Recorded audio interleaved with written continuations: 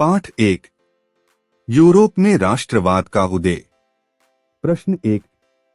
उदारवादी राष्ट्रवाद से क्या अभिप्राय है? उत्तर।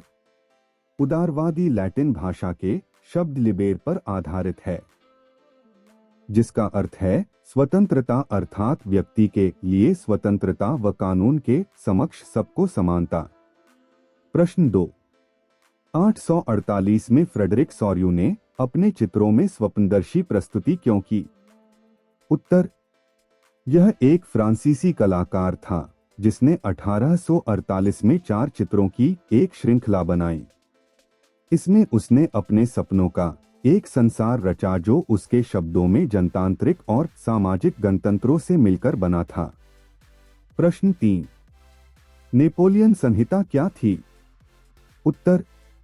1804 में एक नागरिक संहिता का निर्माण किया जिसे नेपोलियन की संहिता के नाम से जाना जाता है।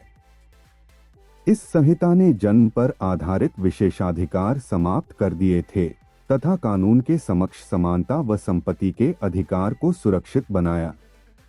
प्रश्न 4। ग्रिम बंधु कौन थे? उन्होंने जर्मन राष्ट्रीय भावनाओं के विकास में क्या योगदान दिया? उत्तर। ग्रिम बंधु जर्मनी के निवासी। उन्होंने अनेक पुरानी लोक कथाएं इकट्ठी की। उनका विश्वास था कि उन्होंने जो लोक कथाएं इकट्ठी की जो बच्चों और बड़ों में समान रूप से पसंद की जाती थी। प्रश्न 5। रूमानीवादे से आप क्या समझते हैं? उत्तर। यह एक ऐसा सांस्कृतिक आंदोलन था जो एक विशेष प्रकार की राष्ट्रीय भावना का विकास करना चाहता था।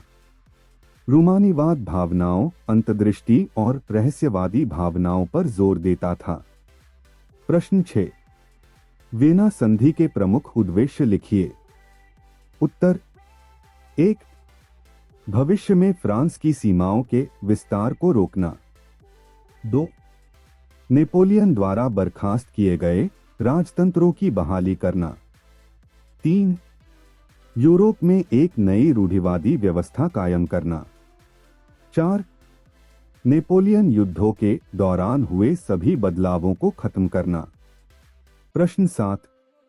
ऑटो वान बिस्मार्क को जर्मनी के एकीकरण का जनक क्यों कहा गया था?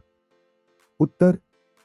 प्रशा का प्रमुख मंत्री, उसने प्रशा की सेना और नौकरशाही की मदद ली तथा 7 वर्ष के दौरान ऑस्ट्रिया, डेनमार्क और फ्रांस से 3 युद्धों में प्रशा की जीत हुई तथा जर्मनी के एकीकरण की प्रक्रिया पूरी हुई।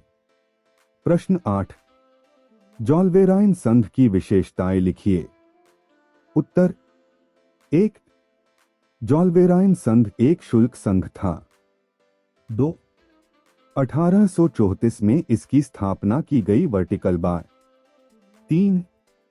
इस संघ का उद्देश्य जर्मन लोगों की आर्थिक रूप से एक राष्ट्र में बांध देना था। दीर्घोत्तरात्मक प्रश्न। प्रश्न 1। यूरोप में राष्ट्रवाद के कोई 4 कारण बताइए। उत्तर। 1। मध्य वर्ग का उदय। मध्य वर्ग में कुलीन व उदारवादी वर्गों के बीच राष्ट्रीय एकता के विचारों को लोकप्रिय बनाया। 2। उदारवादी विचारधारा का प्रारंभ 19वीं सदी में प्रारंभ हुई। इस विचारधारा ने राष्ट्रवाद को बढ़ावा दिया। 3। यूनान का स्वतंत्रता संग्राम।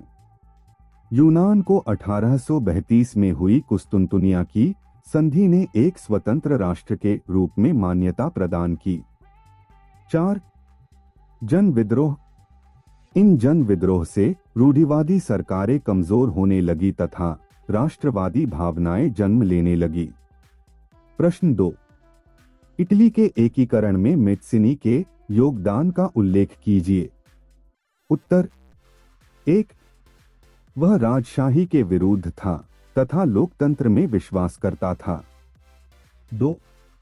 वह इटली के विभिन्न राज्यों एवं प्रदेशों को एकीकृत कर एकीकृत इटली एवं एकीकृत गणराज्य बनाना चाहता था। 3। मेज़िनी ने यंग इटली के माध्यम से इटली वासियों में राष्ट्रीयता, देशभक्ति, त्याग एवं बलिदान की भावनाएं उत्पन्न की। 4. मेटसिनी ने प्रजातांत्रिक गणराज्यों के अपने स्वप्न से रूढ़िवादियों को पराजित कर दिया। प्रश्न 3. 1989 में हुई फ्रांस की क्रांति के परिणामों का वर्णन कीजिए। उत्तर 1. प्रभुसत्ता राजतंत्र से निकलकर फ्रांसीसी नागरिकों के समूह के हाथों में आ गई। 2. एस्टेट जनरल का चुनाव सक्रिय नागरिकों के समूह द्वारा किया जाने लगा। 3. आंतरिक आयात निर्यात शुल्क समाप्त कर दिए गए।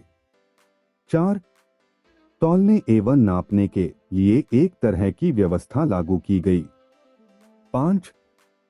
फ्रांस की क्रांति ने राष्ट्रवाद के बीज बो दिए, जिससे यूरोप में राष्ट्रीय राज्यों की स्थापना हुई।